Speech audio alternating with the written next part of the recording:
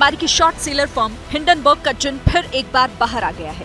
इस बार उसके निशाने पर कोई कंपनी नहीं बल्कि खुद सेबी की मुखिया है, माधवीपुरी बुच। हिंडनबर्ग का आरोप है कि अडानी ग्रुप के विदेशी फंड में सेबी चीफ माधवीपुरी बुच और उनके पति धवल बुच की हिस्सेदारी है।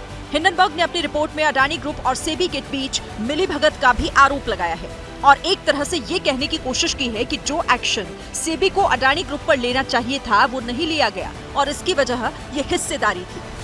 हालांकि सेबी प्रमुख माधवीपुरी बुच और उनके पति धवल बुच ने हिंडनबर्ग की इस रिपोर्ट में लगाए गए आरोपों को सिरे से खारिज किया है। वहीं अडानी समूह ने इस रिपोर्ट को मुनाफा कमाने वाली और बदनाम करने की साजिश बताया है।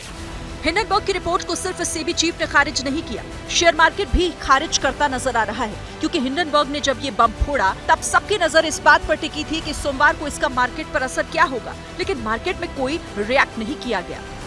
जो रिपोर्ट आया है इसका बहुत प्रतिकूल प्रभाव मार्केट पे नहीं पड़ेगा, क्योंकि मार्केट का जो फंडामेंटल है हमारे इंडियन मार्केट का, शेयर मार्केट का, वो बहुत ही स्ट्रांग स्थिति में पहुंचा हुआ है। खुद ये जो रिसर्च एजेंसी है शॉर्ट सेलिंग में इन्वॉल्व है। जहां तक अडानी ग्रुप के शेयर से जुड़ी हुई बातें हैं तो क्योंकि निष्पक्ष रिपोर्ट को लेके भी एक स्पेकुलेशन है कि हिंडनबर्ग की रिपोर्ट निष्पक्ष नहीं है, सेबी चीफ ने ऑलरेडी क्लैरिफिकेशन दे दिया है, तो ये एक जांच का विषय है और इसको इंक्वायरी करके ही मुझे लगता है कि इन्वेस्टर्स एक सही नतीजे पे पहुंचेंगे।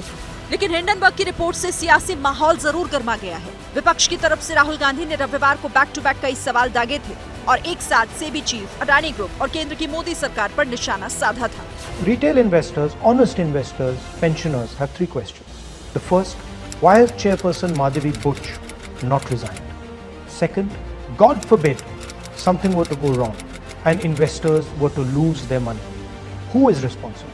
Is the Prime Minister of India responsible? Is Madhavi Buch responsible? Or is Mr. Adani responsible? वहीं विपक्ष के वार पर पलटवार करते हुए बीजेपी ने इसे आर्थिक रूप से बर्बाद करने का षड्यंत्र बताया और कांग्रेस को देश विरोधी टूलकिट का हिस्सा। राहुल गांधी देश के बाहर भी जाके देश को बदनाम करते हैं, देश के अंदर रह के देशवासियों में ये भ्रम फैलाते हैं। ऐसे लोगों से देश के लोगों को सावधान रहना चाहिए, ये तो देशद्रोहियों का काम हो सकता है। हारने के बाद अब वो भारत को आर्थिक रूप से अस्थिर करने के षड्यंत्र में जुटे हो। सवाल पूछना है कांग्रेस पार्टी से, क्या चाहते हैं आप?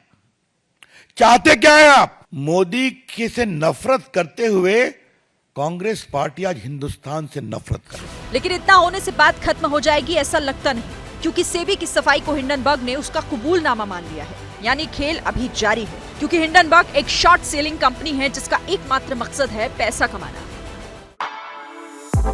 For exclusive and insightful videos, subscribe to our new channel ABP Live Premium.